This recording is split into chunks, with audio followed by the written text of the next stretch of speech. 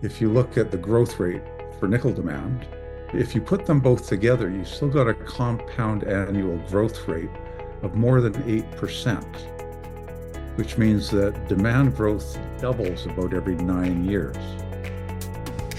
So, that's a blistering demand growth rate.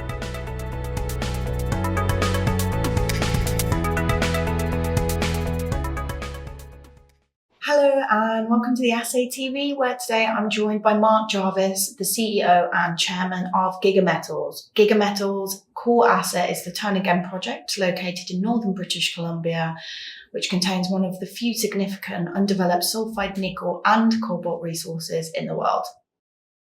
So let's just start by giving a bit of a recap for those viewers that aren't so familiar with Giga Metals. Okay, well, thanks, Katie. We've got one of the giant nickel projects of the world. It's nickel and sulphides, very similar, say, to, at least conceptually, to porphyry copper type open pit operation, and extremely large. So we're modeling a 30-year mine life right now we did a pre-feasibility study in September that we published in September, and it models a 30-year mine life producing on average about 35,000 tons of nickel a year and a couple of thousand tons of cobalt a year. So truly giant, and that's based on 950 million tons of reserves. And those reserves are a subset of 1.5 billion tons of measured plus indicated resources, and there's another 1.1 million inferred tons of resources. And we think we've drilled off about 20% of what's prospective within this thing. So, this 30 years in our view is a start. If you can get this thing up and running, it's going to be going for a long, long time. It's really massive project. Yeah, no, it's one of the big ones. Yeah. The capex is 1.9 billion US to get it built, which compares with, typically around 3 billion for an Indonesian HPAL project of a similar scale. And we're involved with Mitsubishi Corp to jointly develop this. So that's sort of a quick elevator pitch of what we are. Thank you for that. And I think it's worth mentioning, for all juniors at the moment, the markets are quite volatile. How do you see the market outlook for nickel panning out? Boy, well, that's the elephant in the room, isn't it? I mean, we published our pre-feasibility study in September, and that was like the starting pistol for the price of nickel deployment. Unbelievable. And in fact, it's fallen. It's an oversupply. They have overbuilt in Indonesia, and we're currently trading at prices that Jim Lennon of Macquarie reckons put half of world producers underwater. In other words, half of nickel producers are losing money with every pound of nickel they produce, and that includes in Indonesia. Yeah. So it's interesting. My understanding is 250,000 tons a year of nickel have been taken off the market by the mines closing down. And we're looking at more mine closures. Now, that's, to me, if you look at the growth rate for nickel demand, including, both stainless steel, which is still the largest end use of nickel, but batteries is the fastest growing use of nickel for electric vehicles. And if you put them both together, you still got a compound annual growth rate of more than 8%, which means that demand growth doubles about every 9 years.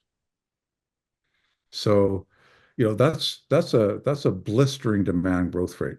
And, right now, everybody's suffering. I mean, the junior market in general everybody's saying it's the worst they've ever seen.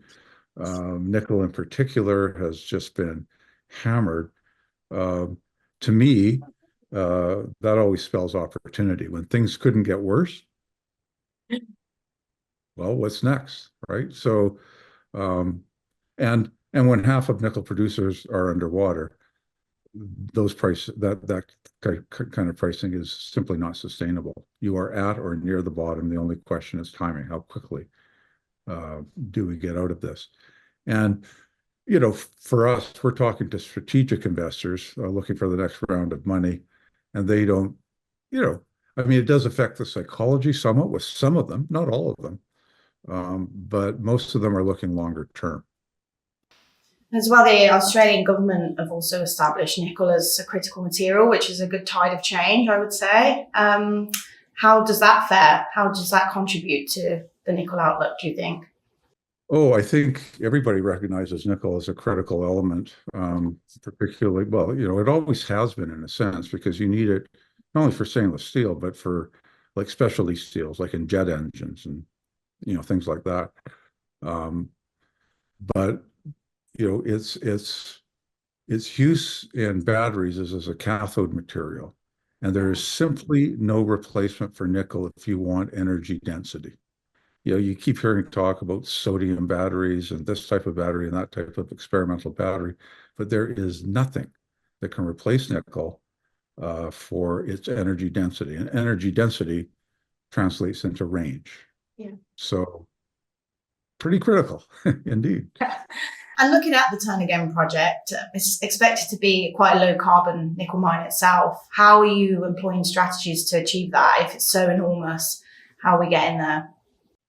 Well, it's already got low carbon intensity. Even in our pre-feasibility study, we calculated it out at I think we're under 2 tons of carbon per ton of nickel produced.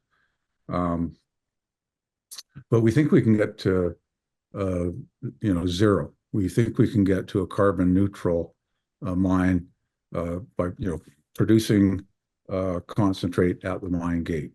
And part of that is through our tailings management facility. Our tailings will passively absorb CO2 from the atmosphere.